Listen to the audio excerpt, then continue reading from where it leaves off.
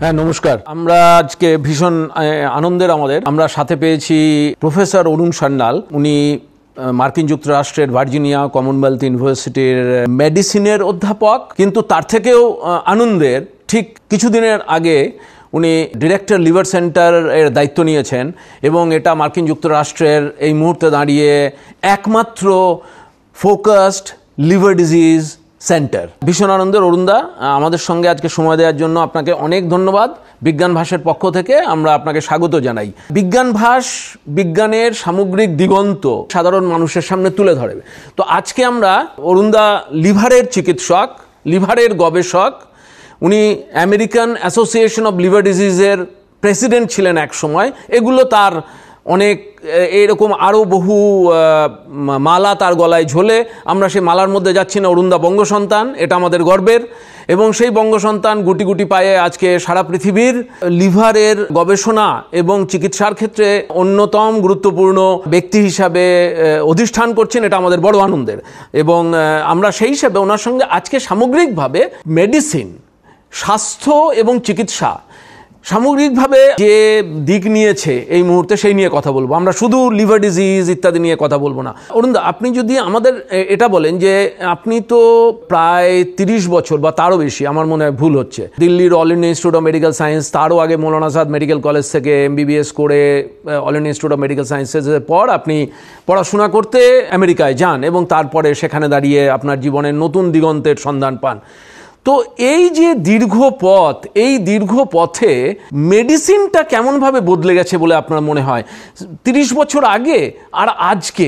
সামগ্রিকভাবে ওভারঅল মেডিসিনের অ্যাপ্রোচটাই কেমনভাবে বদলে গেছে আপনি যদি একটু পেছন ফিরে দেখেন? ফার্স্ট অফ অল ধন্যবাদ। আমি অনেক ভেবেছি এই নিয়ে, স্পেশালি এই লাস্ট কোভিড, আর এর মধ্যে অনেক লোকে বাড়িতে বসে চিন্তা করে।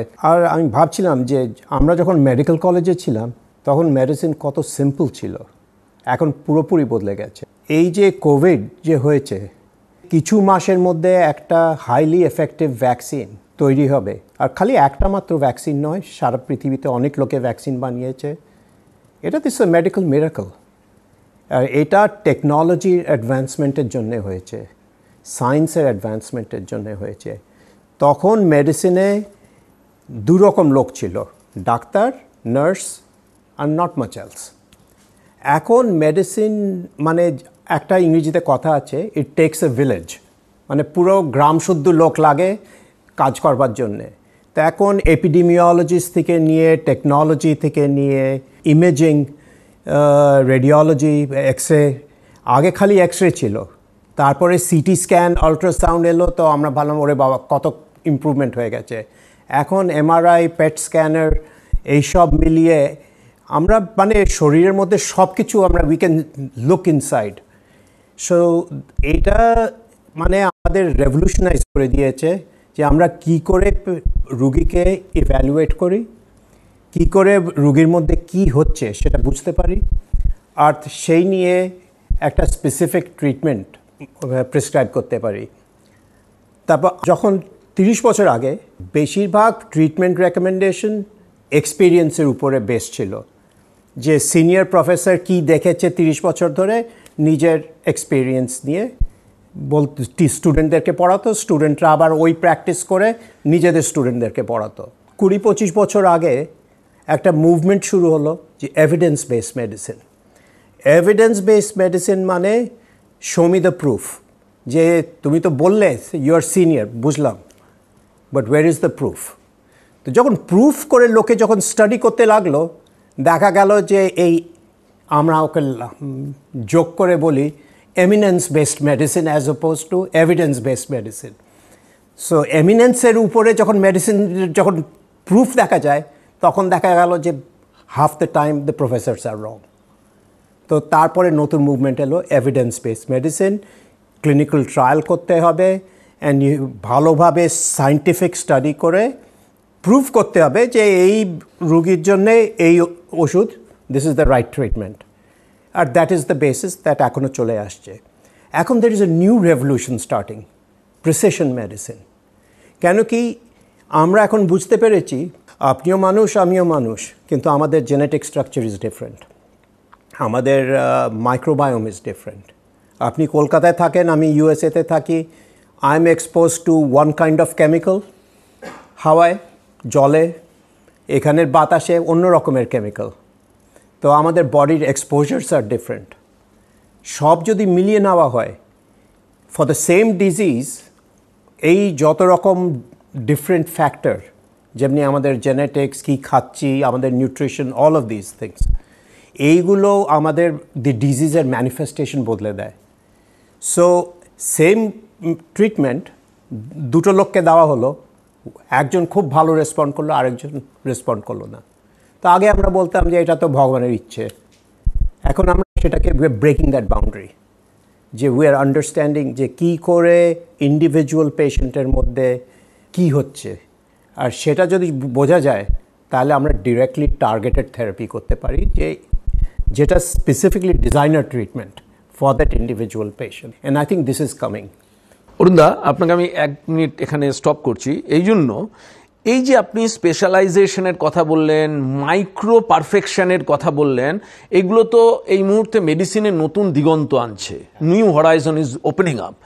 বাট আপনার কখনো কি মনে হয় যে এর ফলে দাঁড়িয়ে ম্যাক্রো পিকচারটা একটু ডাইলিউটেড হয়ে যাচ্ছে অথবা হচ্ছে না? অর্থাৎ কি না, স্পেশালিস্টরা অনেক সময় এটা one of the debates that keeps on reverberating, যে আমাদের ভিশন, অর্থাৎ একটা মানুষকে যখন আমরা দেখি তখন তো কমপ্লিট দেখি হিউম্যান বিং, সেই হিউম্যান বিংয়ের আমরা আরও পারফেকশানে, প্রিসিশনে যাওয়ার চেষ্টা করছি, কিন্তু তাতে কি আমাদের ভিশনটা টিউবুলার হয়ে যাচ্ছে না? যদি হচ্ছে তাহলে এটাকে ওভারকাম করার পথটা। খুব ভালো কোয়েশ্চেন। তো এই লাস্ট 25 বছরে আমরা we have gone into area of specialization, cardiologist, liver doctor, kidney doctor. তো আমরা আবার হাসি মজাকে বলি যে we are knowing more and more about less and less.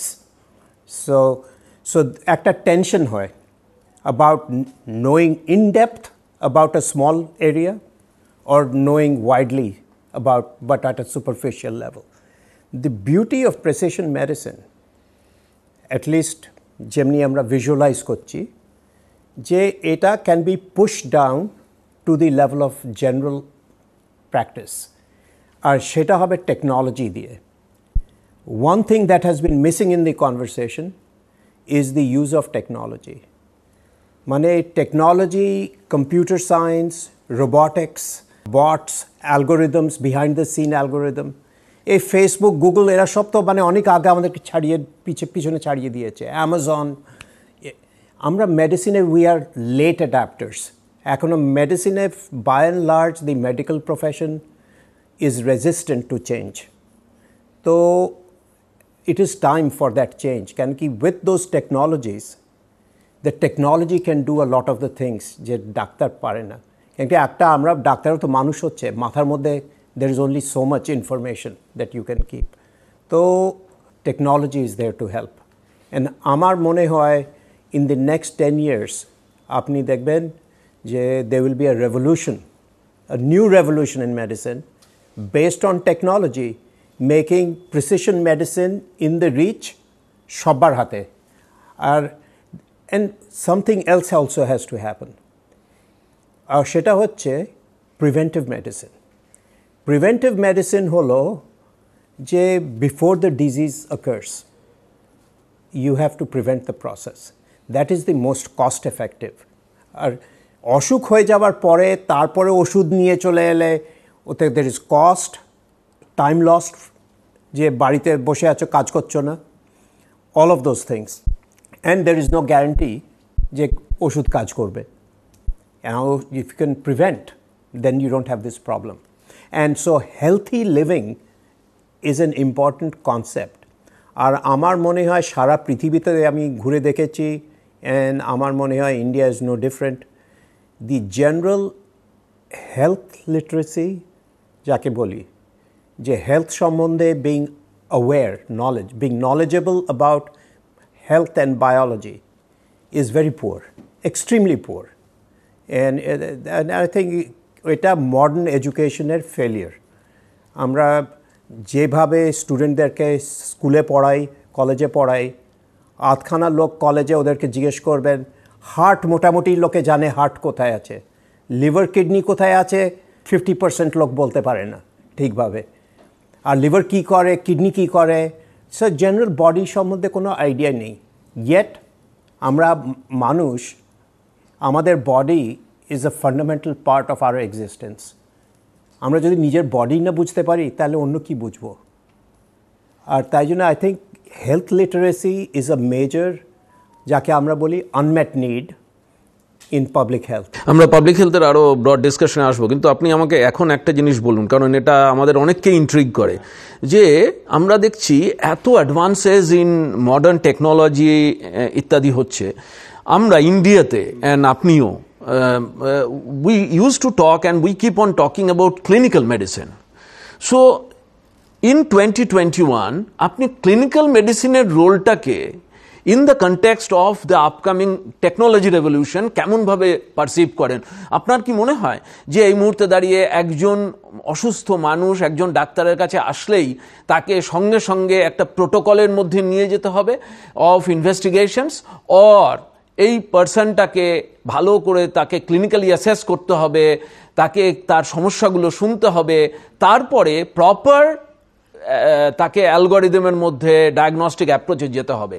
এর ব্যালেন্সটা টিল্টেড হয়ে যাওয়ার সম্ভাবনা আছে কি? আপনার নিজের কি মনে হয়? হ্যাঁ, সম্ভবত আছে, কেন কি লোকের টেকনোলজি থাকলেই রিলায়েন্ট হয়ে যায়, যাকে বলেন না ঘোড়া দেখলেই খোঁড়া হয়ে যায়। তো যখন 5টা স্ক্যানার আছে, তো পেশেন্ট এসেই আগে স্ক্যানারে ঢুকিয়ে দাও, তারপরে পেশেন্টকে দেখো, তো that is not very cost effective. And human disease, যে মানুষের যখন অসুখ হয়, রোগীর দুটো অ্যাসপেক্ট আছে, একটা হচ্ছে the human aspect and the other is the medical technical aspect. And human aspect at the end of the day you have to resolve by human contact. তো এখনও first step is to talk to the patient. You have to learn the, আর medicine হচ্ছে art and a science, and ওর মধ্যে একটা concept আছে empathy, not sympathy but empathy. অনেক সময় এমন অসুখ আছে যার আমাদের ভালো ট্রিটমেন্ট নেই, আমাদেরকে পেশেন্টদেরকে ব্যাড নিউজ দিতে হয়। But even when you have nothing to offer, you can always offer empathy, you can always be a good human being. আর ওই হিউম্যানিটি, যদি একটা ডাক্তার প্রথম দিন থেকে ওই হিউম্যানিটিটা ইনকর্পোরেট না করতে পারে, then he is not a good doctor. No matter যতই টেকনোলজি শিখুক, যতই বই পড়ে পরীক্ষায় ফার্স্ট হোক, যদি ও বেসিক হিউম্যান ওয়েলফেয়ারের মানে এমপ্যাথি যদি না দেখাতে পারে, if you are not even a good human person, then you cannot be a good doctor. Then and আমি বলি মেডিকেল কলেজে এন্ট্রেন্স কী করে হয়? মেডিকেল কলেজের এন্ট্রেন্সে বই রটে পড়ে পরীক্ষা দিয়ে দাও, ভালো স্কোর হয়ে গেলে ঢুকে যাবে। আমরা ওখানে অ্যাটলিস্ট আমার যেখানে কাজ করি, আমাদের একটা ইন্টারভিউ প্রসেস আছে, so it is not just the score. ওতে পুরো মানে যা মেডিকেল কলেজে যারা আসছে, ওদের একটা পুরো সাইকোলজিক্যাল অ্যাসেসমেন্টও হয়। অ্যান্ড হিউম্যানিজম একটা খুব ইম্পর্ট্যান্ট মানে কনস্ট্রাক্ট, অ্যান্ড আই থিঙ্ক এটা প্রথম দিন থেকে শেখানো উচিত, সো দ্যাট যে ডাক্তার, ইট ইজ ভেরি ইজি, রোজ সকাল থেকে বিকেল if you are seeing people who are very sick, লোকে মারা যাচ্ছে, নিজের ব্রেনকে প্রোটেক্ট করার জন্য একটু ডিহিউম্যানাইজড হয়ে যায়। But at the same time you have to keep it real, যাকে বলে যে নিজের humanity you cannot lose, because the day you lose your humanity you stop being a doctor. Yes, এই প্রফেশন হিউম্যান কন্টেন্ট ছাড়া এই profession চলতে পারে। হ্যাঁ, অ্যাবসলিউটলি। এবার একটা ভীষণ ইন্ডিভিজুয়াল পার্সোনালাইজড কোয়েশ্চেন করছি আপনাকে। আপনার কি মনে হয় যে your grooming in India in the early phases of medical education did help you do things in a much better way if you were not groomed in India? আমি এটা ইন্ডিয়াকে হাইলাইট করার জন্য বলছি না, আই ওয়ান্ট আপনি এটাকে খুব র্যাশনালাইজ করে বলেন ইন্ডিয়ার under graduate medical education compare to elsewhere in the world. আপনি তো সারা পৃথিবীর মেডিকেল এডুকেশন দেখেন, আপনার কি মনে হয় যে আমাদের মধ্যে অ্যাডিশনাল কোনো স্ট্রেংথ আছে in undergraduate medical education? Oh absolutely, absolutely. আমি নিজেকে খুব ফর্চুনেট ভাবি, ব্লেসড, যে দিল্লিতে মৌলানা আজাদ মেডিকেল কলেজ, তারপর অল ইন্ডিয়া ইনস্টিটিউটের ট্রেনিং, এখন তো সারা পৃথিবী ঘোরার অপরচুনিটি হয়েছে। They are second to none, as a clinical training. যেখানে ইন্ডিয়ার training lags a little bit হচ্ছে basic science, laboratory based technology to do research, laboratory based research. But as clinicians, I think the training in India is outstanding. আর আমরা যখন train করছিলাম একটু deficiency ছিল যে ultrasound, CT scan were novelties and they were more readily available অন্য জায়গায়। এখন ইন্ডিয়াতে তো এখানে আপনি দেখবেন যে রাস্তার মোড়ে মোড়ে MRI, all kind of the world, যাকে বলেন the world is flat. That technological gap যেটা ছিল সেটা চলে গেছে। So the technology is the same everywhere and the training is equally good. R I think ইন্ডিয়াতে যে আমাদের যে ক্লিনিক্যাল ট্রেনিং ছিল আর basic science, basic training, anatomy, physiology, biochemistry, এটা খুব solid foundation if you paid attention. যারা ফাঁকি মেরেছে তারা তো ফাঁকি মেরেছে, হ্যাঁ, বা যারা পড়াশুনো করেছে মানে আড্ডা না মেরে বই পড়েছে, it creates a very good foundation. And I think that foundation আমাকে personally helped me. আমি আপনাকে বলি, not just undergraduate medical, আমাদের হাই স্কুল থেকে নিয়ে। তো আই এম ভেরি প্রাউড যে আমি দিল্লি পাবলিক স্কুল থেকে গ্র্যাজুয়েট করেছি। দিল্লি পাবলিক স্কুল আমি যখন শুরু করেছিলাম তখন তাঁবুতে ছিল, it was a tent school. তারপরে বিল্ডিং হলো, হলো, এখন তো DPS is all over the world. হ্যাঁ, I was in the original DPS Mathura রোডে। আর আমার হাই স্কুলের যারা আমাকে 90% of what I carry in my head আমাকে ওই হাই স্কুলে শিখিয়ে দিয়েছে। Everything else was application added on, but the core principles of physics, biology, chemistry, mathematics. আমি আমেরিকায় গিয়ে আমি এখন স্ট্যাটিস্টিক্সের, বায়োস্ট্যাটিস্টিক্সের PhD examiner, but I carry this basic statistical knowledge from high school. Mister Verma আমাদেরকে যা শিখিয়ে গেছে, God bless him, I was so blessed to have a teacher like him, যে আমাকে এমন মানে ওই 15-16 বছর বয়সে এমন শিখিয়ে মাথায় ঢুকিয়ে দিয়েছে কোর প্রিন্সিপালস, কনসেপ্টস। আর ওইটাই আমার একটা মেসেজ যারা স্টুডেন্ট যারা শুনছে, যে রাট্টা মেরো না, বোঝবার চেষ্টা করো যে ব্যাপারটা কি, হোয়াট ইজ বিং স্টাডিড, আর কোনো রিয়েল লাইফ এক্সাম্পল নিয়ে যে how is it applied in real life, then it, যাকে বলে না, ইট মেক্স ইট রিয়েল। আর সেটা একবার মাথায় একবার বুঝে গেলে then you can use it again and again in different situations. Absolutely. So I think even more than my undergraduate medical training, our high school, I am so indebted to Delhi Public School for whatever I know. একটা জিনিস একটু যদি বলেন যে একটা one of the arguments against Indian system of education is আমরা ছাত্রদেরকে প্রশ্ন করতে শেখাই না। We don't instigate them to raise questions, we are more imposing. আমরা তাদেরকে নলেজ থ্রো করি, আমরা বলি না যে you come for. Do you also think this is true or and change is needed? We need to raise them. হ্যাঁ, absolutely, খুব ভালো প্রশ্ন করেছ। আমি 1 বছর রাঁচিতেও পড়েছিলাম, আর it was very conservative school, যে যদি হেড অফ ডিপার্টমেন্ট এসে কিছু বলল, প্রশ্ন করার কোনো দের ইজ নো স্কোপ। তারপর আমি যখন দিল্লিতে গেলাম, মৌলানা আজাদে শুরু করলাম, আমি দেখলাম যে অ্যাকচুয়ালি লোকে প্রশ্ন করছে প্রফেসরদেরকে। আমি ভাবলাম, দিস ইজ ফ্যান্টাস্টিক, যে you can actually have back and forth. তারপর এখন দেখি উপনিষদ, যদি if you go back in time, what is that? That is a back and forth between a guru and আ শিষ্য। So, this is core concept. ওটা তো সাহেবরা এসে that paternalistic approach, যে father knows best, took over. But in India, there has been for thousands of years a pattern of education, যেটা in some ways Socratic. I challenge you, you challenge me, we go back and forth. Right. Right. So, I think that is extremely important. কেন কি আমার বাবা আমাকে শিখিয়ে গেছে যে when it comes to intellectual matters, we must have a level playing field. I understand, you're my father, I'm your son, and I show you respect. But when it comes to arguing a scientific point, then you're not my father, you're just another person. And that does not mean I don't respect you.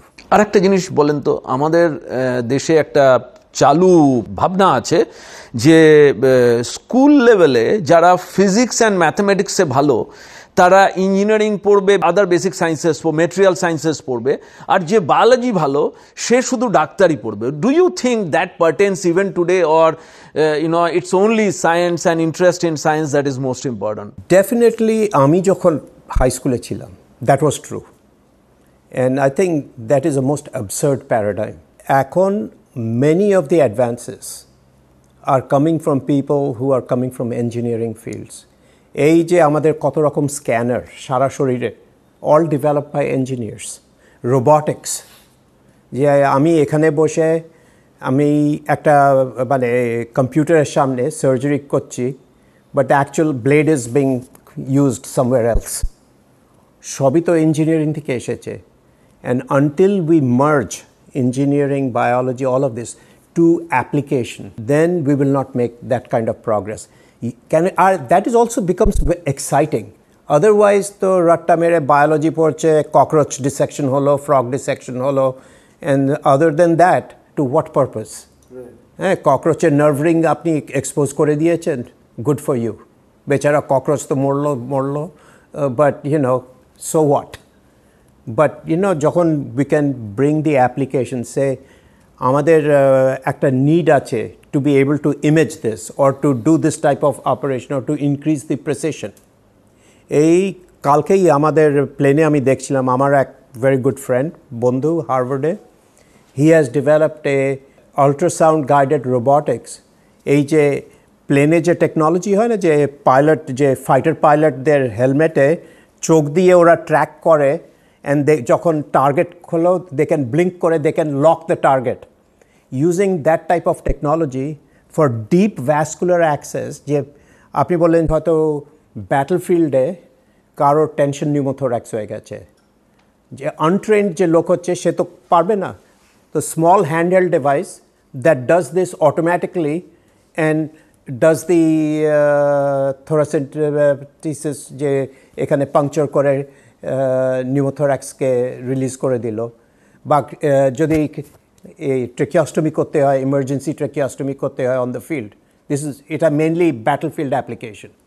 But when you develop the unmet need, then the human mind comes with innovation. মানুষের যে এই পৃথিবীতে যত আমরা innovation দেখেছি, এখন Richard Branson, Jeff Bezos, মানে we are thinking commercial flight to space, space station, space city, all this is happening. একটা লোকের মাথায় একটা বুদ্ধি এলো যে হ্যাঁ আমি তাজমহল বানাবো, and then from there you start the whole process. So যেটা আমাদের unmet need, আর ইন্ডিয়াতে tremendous opportunity, কেন কি Indians have been so creative through history. আমাদের history মানে we don't have to boast, you just have to look around that. We just have to stimulate ছোট বয়স থেকে the art and the value of thinking. Never, কেউ যদি বাচ্চা উল্টো পাল্টা ভাবছে জিনিস, ডোন্ট সে উল্টো পাল্টা, promote this. Diversity of thought is so important, কেন কি ওই ডিভার্সিটির থেকেই ইনোভেশন আছে।